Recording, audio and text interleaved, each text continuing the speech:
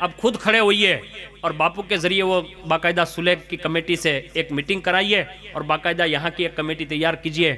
آپ نے یہ کام کیا نا تو اللہ آپ کی زندگی میں آپ کی نسلوں کو تو خوشیاں دے گا ہی، لیکن جب اللہ کے بارگاہ میں جاؤ گے نا تو اللہ تمہیں بے شمار انعام سے مالا مال. سبحان اللہ سبحان اللہ. یہ ہمارے حاجی صاحب بڑے پیارے ہیں اور دادا باپو کے کنیکشن میں بڑے قریبی ہے، اس لیے میں ان سے عرض کر سکتا ہوں، میرے کلوز دوست ہے، اس لیے میں نے ان کی بارگاہ میں پیش کر دیا. اس کے سوا آپ سب سے مجموعی طور پر عرض کر رہا ہوں کہ آپ ضرور یہ کیجئے گا.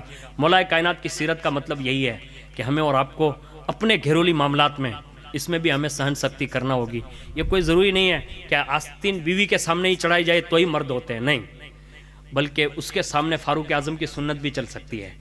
ہاں، ایک بندہ آیا فاروق اعظم سے شکایت کرنے، اور وہ شکایت یہ لینے آیا تھا کہ میری بیوی میرے سامنے بولتی ہے، بس اتنی بات. میں بیویوں کو بولنے کی اجازت نہیں دے رہا ہوں، لیکن ایک بات عرض کر رہا ہوں. وہ شکایت لے کر یہ آیا تھا اور جیسے دروازے پہ پہنچا نا تو فاروق اعظم کی بیوی فاروق اعظم کو ہی ڈانٹ رہی ہے. یعنی دم پچاڑ وہیں شروع ہے، یہی کہنا بات ہو رہی ہے، زور زور سے بات ہو رہی ہے. اور جیسے اس نے کان لگائے نا کہ فاروق اعظم کو ان کی اہلیہ ڈانٹ رہی ہے. کس کو؟ جس کے درے سے شیطان بھاگتا تھا، ان کے سامنے بیوی بات کر رہی ہے. تو وہ بیچارہ مونجا گیا، کون آنے والا ہے کہ بھائی اپنے گھر کی جو میٹر ہے نا وہ تو امیر المؤمنین کے یہاں چل رہی ہے، چلو نا واپس مطلب وہ پلٹا نا تو آہٹ محسوس ہوئی. تو فاروق اعظم نے زور سے دروازہ کھولا، کہا اے بھائی ادھر آؤ. واپس کیا، کہا کیسے آنا ہوا؟ کہا حضور معذرت. کہا کیوں؟ کہا جب گھر کے قریب آئے تو شکایت لے کر آیا تھا، لیکن اندر سنا نا تو پھر وہ شکایت بھلا دی گئی. کہا کیوں؟ کہا آپ کے سامنے آپ کی اہلیہ مبارکہ بات کر رہی تھی. تو کہا پھر؟ کہا میں نے سوچا جب امیر المؤمنین کے سامنے اونچی آواز ہو سکتی ہے تو میرے سامنے تو اور زیادہ ہو سکتی ہے، تو میں اپنا سمادھان کر کے خود جا رہا تھا. تو آپ نے بٹھایا، کہا بھائی بیٹھ. کہا کیوں؟ کہا اس کی جو تو نے آواز سنی نا. کہا ہاں. اپنے دونوں بیٹھ کے بات کرتے ہیں. اس کو بٹھایا اور فرمایا بھائی یہ بتا، تو بھی بتا میں بھی بتاتا ہوں. کہا بتائیے. کہا اپنے گھر میں کپڑے کون دھوتا ہے؟ تو کہا بیوی. کہا اچھا. باسن کون مانجتا ہے؟ تو کہا بیوی. کہا اچھا. کہا بچوں کو سنبھالتا کون ہے ہماری غیر حاضری میں؟ کہا بیوی. کہا اچھا. جھاڑو کون لگاتا ہے؟ کہا بیوی. اب وہ ساری چیزیں مطلب گناتے رہے، وہ سب بیوی بیوی بیوی بیوی. کہا اچھا کبھی ہم میں سے کوئی غصے ہو جاتا ہے تو ہماری ڈانٹ سنتا کون ہے؟ کہا بیوی. کہا اور زیادہ غصے ہو جاتے ہیں، ایک تھپڑ رسید کر دیتا تو کھاتا کون ہے؟ کہا بیوی. کہا بھائی سب کچھ وہی کر رہی ہے، کبھی تو اس کا بھی موقع ملنا چاہیے نا کہ وہ بھی آواز کرے تو ہمیں بھی سننا چاہیے. یعنی وہ مارے گی تو نہیں، لیکن کبھی اگر آواز کر دی، بات کر لی تو کم از کم لیٹ گو بھی تو ہو سکتا ہے نا. تو یہ اسلام ہے. رسول اللہ صلی اللہ علیہ وسلم اپنی ازواج مطہرات کے ساتھ یعنی بیویوں کے ساتھ اتنا اچھا سلوک کرتے تھے کہ باقاعدہ ازواج مطہرات نے اس کو بیان کیا ہے کہ کبھی کبھی ہم لوگ ایسے یہ کونی کے ذریعے ایسے حضور کو مطلب ایسے کونی مبارک مطلب لگا دیتی تھی، یعنی دھکا مکی ہو جاتی تھی. صدیق اکبر نے حضرت عائشہ سے پوچھا، حضرت عمر نے حضرت حفصہ سے پوچھا، کیا کہا یہ بھی ہوتا ہے؟ کبھی کبھی یہ بھی ہوتا ہے. تو آپ نے اپنی بیٹیوں کو سمجھایا، کہا ایسا کبھی بھی نہ کرنا. کہا کیوں؟ کہا یہ کوئی عام بندہ نہیں ہے عرب کا، یہ ساری کائنات کا مالک و مختار ہے. یعنی اپنی دنیا بھی بگاڑ دو گی اور اپنی آخرت بھی بگڑ جائے گی. یعنی بیٹیوں کو نصیحت کی، لیکن ازواج مطہرات نے یہ بتایا کہ ایسا کبھی ہوتا ہے.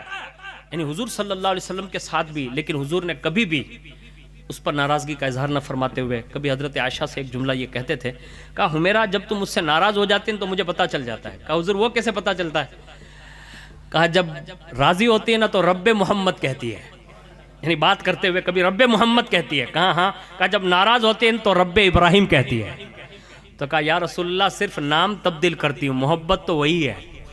یعنی یہ اظہار ہے، یہ ہمارا دین ہے، بڑا آسان ہے، اس کو آسان بنائیے گا.